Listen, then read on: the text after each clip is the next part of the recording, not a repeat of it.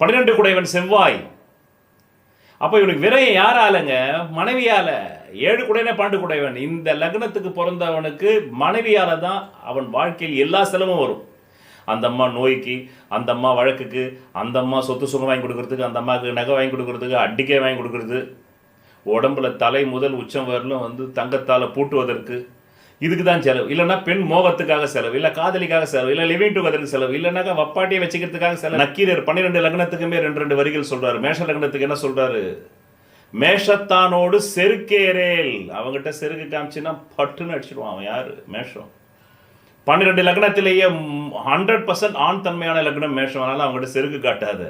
ரிஷபத்தான் இருதாரத்தான் தாரத்தால் இடர்படுவான். அப்படின்னா என்ன அர்த்தம்? ரிஷப லக்னக்காரன் 2 பொண்டாட்டிக்காரன் தாரத்தால் இடர்படுவான்.